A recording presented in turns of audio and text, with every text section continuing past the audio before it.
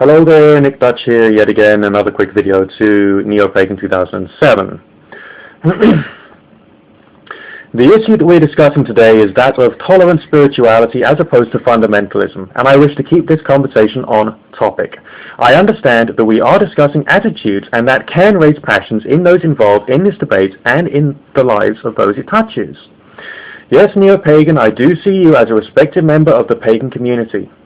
This has, to use an accounting term, both assets and liabilities.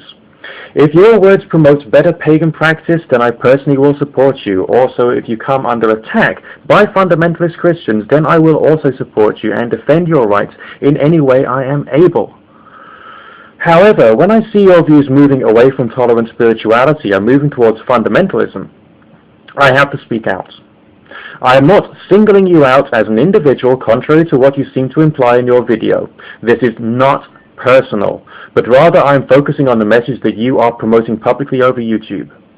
I find it interesting that you should suggest that this debate is about the species of religion in different parts of the world. The suggestion is that a person is somehow allowed or permitted to hold fundamentalist attitudes in certain parts of the world rather than other parts of the world. Why so? A person who is a fundamentalist remains a fundamentalist no matter where he or she is stationed in the world. Is it permissible to generate a fundamentalist religion, brand it with either the Union Jack or the Stars and Stripes, and then tell everybody, this is our religion? You mentioned Christianity in America being more conservative than Christianity in the UK. Firstly, we're not talking about Christianity here, we're talking about fundamentalism. Secondly, although you speak from the point of view of a person involved in the political scene since 1987, this does qualify you to act and speak politically. But it does not make you enough of a social scientist to be able to explain or to demonstrate the cause and effect relationship that I spoke of in my previous video. You also speak from the point of view of a person who has, for obvious reasons, seen fundamentalist Christians as a danger, although I can understand your concern and empathize with your concern in a big way. Your myopic attitude that it is just fundamentalist Christianity that is a danger rather than fundamentalism disturbs me in the extreme. To suggest that I am unqualified to question you does not say anything about me, but more about you. The fact that I am questioning you means that there are questions and issues which need to be raised. To try to put me off questioning you again reminds me of the attitude of a fundamentalist. You place Bible literalists and non-dogmatic non-literalists under the same title of fucking fundy at 2 minutes 40 seconds in your video approximately, which seems just as anti-rationalist as the Bible literalists you hate. Although you have been hurt by these people in the past and you still feel threatened, which I can understand, it's no excuse to use an anti-rationalist argument in the form of sectarian hatred by way of attack and defense. Again, why fight fundamentalism with more fundamentalism? Why be as bad as those you hate?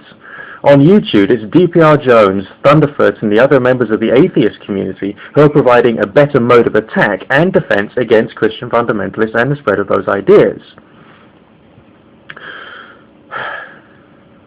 You state that when I say that laying down the boundaries of Wicca, I feel that you are assisting in the downfall of Wicca. There are boundaries in Christianity, for instance, that made the congregation of a church that I visited kneel down and pray racial hatred for 45 minutes. There are boundaries in Judaism that make Zionists pray for war in the Middle East. There are boundaries in Islam that make people fly planes into the World Trade Center and send suicide bombers into London and Madrid. It is, or should be seen as a fact, but where there are more boundaries, there can be more fundamentalism than otherwise. Now, my point is this. If you were to move towards tolerant spirituality, you need to make semantic changes in the definitions and attitude towards the definitions that you believe in. It is the definitions that create the problems. They generate the in-group versus out-group mentality that is the root of much social conflict. Again, Neopagan, it is rather paranoid to assume that I'm coming out after you personally.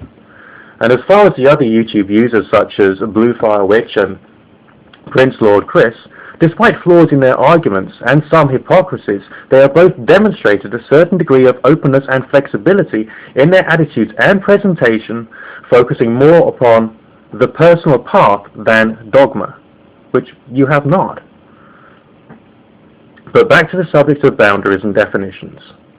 If, as Blue Fire Witch actually suggested, Wicca is a path which is offered to people, I see nothing wrong with using certain cultural ideas as part of the path of personal development within the religion.